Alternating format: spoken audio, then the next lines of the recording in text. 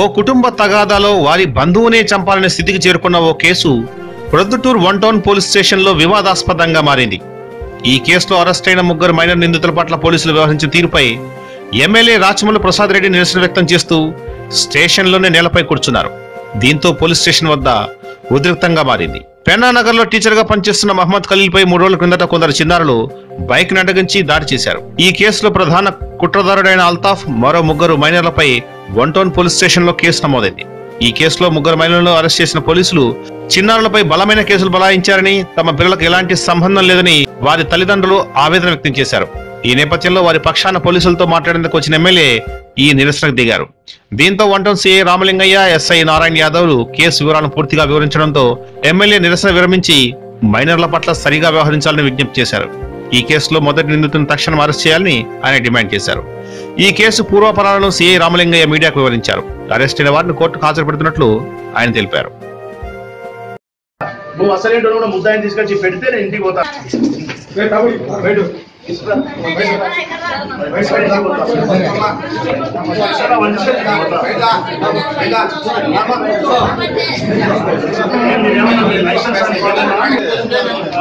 వాడిని పట్టుకరా ఒప్పుకుంటా న్యాయం అని వాడిని ఒకటి బయట పెట్టి 2 కొడతారా? ఏమయ్యా అన్యాయం ఇది? మేమేమంటున్నాం, ఆ పిల్లలు తప్పు చేసినారు, కేసు పెట్టాలా పెట్టుకో చెప్తారు ఏమని. వాడే మాకు చెప్పింది అని వాడిని పట్టుకురారు. 101% నేను న్యాయంగా పోయే మనస్తత్వం నాది. ఇప్పుడు వీళ్ళు తప్పు చేయలే, మామూలు అన్యాయంగా వీళ్ళు పట్టుకొచ్చినారు. నువ్వు ఏమైనా దుర్మార్గంగా తప్పుడు కేసు పెట్టామన్నా అనలేదా మీడియా ముందరా? లేకుండా చిన్నపిల్లలు వాళ్ళు హత్యా ప్రయత్నం చేసి 4 ఏళ్ళు కొట్టు తావ తప్పుతారు కొట్టు. మీరు ఏడ్చినా ఏమైనా మీరు ప్రిపేర్ కావాలా? మనం గట్టి చేసుకోవాల్సిన గుండెను మరి పెట్టారు అయిపోయింది.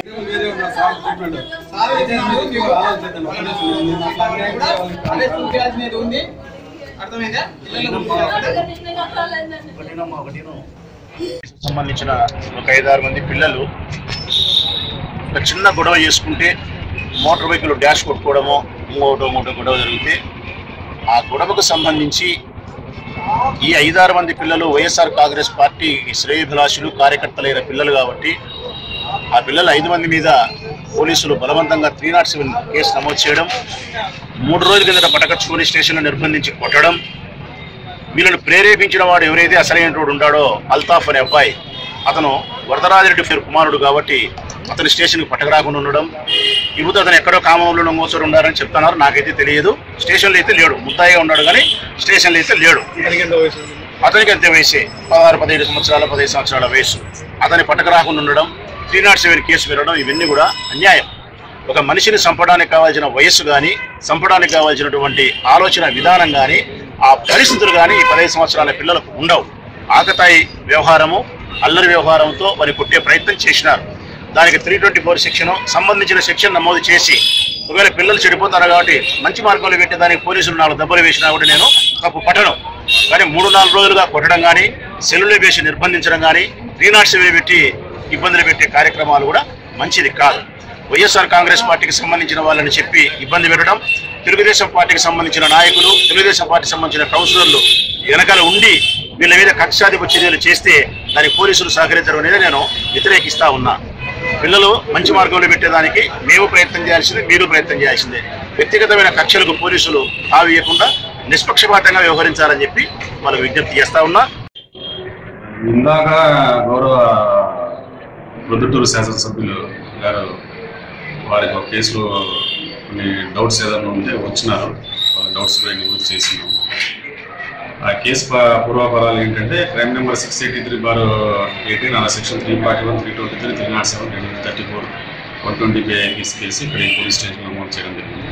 దీని కేసు పూర్వాపరాలు ఏంటంటే ఇందులో కంప్లైంట్ మహమ్మద్ ఖలీల్ అనే ఆయన ఎన్ఆర్ నగర్లో ఒక టీచర్గా ఉంటారు. ఈయన పోయిన మంగళవారం స్కూల్ ముగించుకొని ఇంటికి వెళ్తూ ఉంటే ఒక ఇద్దరు వ్యక్తులు అక్కాయిలు బైక్లో వచ్చేసి అతన్ని 2-3 సార్లు పదే ఢీ కొట్టడం, ఆ తర్వాత మళ్ళీ ముందరికి వచ్చి అడ్డంగా పెట్టడం, అతను కింద పడేసిన తర్వాత అతన్ని కొట్టడం, చేతులతో మళ్ళీ రాయి తీసుకొని అతన్ని కొట్టి హత్యా ప్రయత్నం చేయడం జరిగింది. హత్యా ప్రయత్నం చేసిన తర్వాత అతను మొదట అర్థం కావడం లేదు, ఏంటి ఇది ఇట్లా మళ్ళీ చుట్టుపక్కల వాళ్ళంతా వచ్చి వినిపించడం. తర్వాత అతను కూడా సీరియస్ తీసుకుని ఇదేదో దారిలో పోతున్నప్పుడు ఏదో జరిగింది అనుకునే క్రమంలో మరుసటి రోజు ఎందుకు అతను డౌట్ వచ్చింది. ముందు రోజే ఎవరైతే ఇట్లా పిల్లలు ఆ రోజు జరిగిన ఇన్సిడెంట్ మీద హత్యా ప్రయత్నం చేయడానికి వచ్చినారు వాళ్ళు ఇతను ఫోటో పట్టుకొని కూడా స్కూల్ దగ్గర మిగతా వాళ్ళ దగ్గర ఇతనే టీచర్ అని చెప్పేసి విచారించడం జరిగింది. ఇదంతా జరిగిన తర్వాత అతను మాకు ఫిర్యాదు ఈరోజు ఇవ్వడం జరిగింది. ఫిర్యాదు జరిగింది. ఆ క్రమంలో అతను బైక్ నెంబర్ ఇవన్నీ కూడా నోట్ చేసుకున్నాడు. మాకేంటంటే ఫిర్యాదు అందిన క్రమంలోనే మా విచారణ తెలిసిన విషయాలు ఏంటంటే ఈ అల్తాఫ్ అనేటువంటి ఒక వ్యక్తి బీటెక్ థర్డ్ ఇయర్ చదువుతున్నాడు అబ్బాయి. వాళ్ళ ఇంట్లో వాళ్ళ అక్కకి వాళ్ళ బావకి ఫ్యామిలీ డిస్ప్యూట్లు ఉంటారు. వాళ్ళు సౌదీలో ఉంటారు. గత 3 నెలలుగా వాళ్ళకి డిస్ప్యూట్స్ ఉన్నాయి. అల్తాఫ్ బావ అక్క అంటే ఇప్పుడు మా అక్కనే ఇబ్బంది పెడుతున్నారనే దృష్టితో అతను వాళ్ళు కూడా ఈరోజు పోలీస్ స్టేషన్కి వచ్చి కంప్లైంట్ ఇచ్చింది. వాళ్ళ బావ అక్కనే వాళ్ళ బావ అక్క ఫ్యామిలీని అతను టార్గెట్ చేయడము. గత 2 నెలల కిందట వాళ్ళ బావ అక్క పోతా ఉంటే కూడా ఆమె కూడా టీచర్, రెస్పెక్టబుల్గా ఆమె కూడా టీచరు, హెల్త్ ఉంటుంది. ఆమె టీచర్ అయితే ఆమెను అడ్డగించేసి చాలా వల్గర్ లాంగ్వేజ్లో కూడా తిట్టడము, తర్వాత అవన్నీ కూడా చేసాడు. దానికి సంబంధించిన కేసు కట్టడం, అరెస్ట్ చేయడం, ఛార్జ్ షీట్ కూడా వేయడం జరిగింది.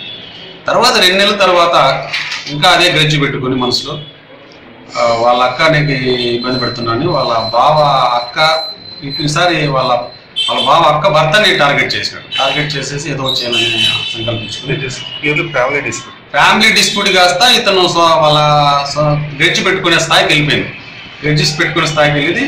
అతను కూడా వాళ్ళ ఇంట్లో వాళ్ళకి చెప్పింటారని అనుకోలేదు. కాకపోతే అల్తాఫ్ మనసులోనే పెట్టుకుని వాళ్ళ చిన్ననాటి స్నేహితుడు క్లాస్మేట్ అయినటువంటి సాల్మాన్కి చెప్పడము, సాల్మాన్కి ప్లాన్ ఎగ్జిక్యూట్ చేయడం జరిగింది. అతను ఉరుసు అనేది ఇఫ్తారు కర్నూలు జరుగుతున్నప్పుడే ఆ ప్లాన్ జరిగింది. మళ్ళీ ఇక్కడికి వచ్చిన తర్వాత వాట్సాప్లో ఫోటో పంపడం, సాల్మాన్ డైరెక్ట్గా ఎగ్జిక్యూషన్లే కాకుండా సాల్మాన్ కింద మనుషులు అనేటువంటి పిల్లలు ఎవరైతే ఉన్నారో వాళ్ళందరి మీద కూడా మహమ్మద్ దస్తగిరి, మరి ఇంకొక అల్తాఫ్, వీళ్ళందరూ ఉపయోగించడం, బైక్ ఇవ్వడం. ఆ తర్వాత జరిగిన క్రమంలో ఇట్లా అటెంప్ట్ మర్డర్ జరగడం. తర్వాత వాళ్ళు ఆడ లక్కీలీ అతను చుట్టుపక్కల పబ్లిక్ అంతా ఉండడం వల్ల సేవ్ అయిపోయింది. సో ఈరోజు ఇన్వెస్టిగేషన్లో దీంట్లో పాల్గొన్నటువంటి జూనియర్స్ 4 సల్మాన్ అనేటువంటి ఇంకొక ముద్దాన్ని అరెస్ట్ చేయడం, రిమాండ్ పంపించడం జరిగింది. ఎమ్మెల్యే గారు A1 ఎందుకు తీసుకురాలేదనేది వచ్చారు. నేను చెప్పాము A1 కోసం న్యాయం చేసే ప్రయత్నం చేస్తున్నాం.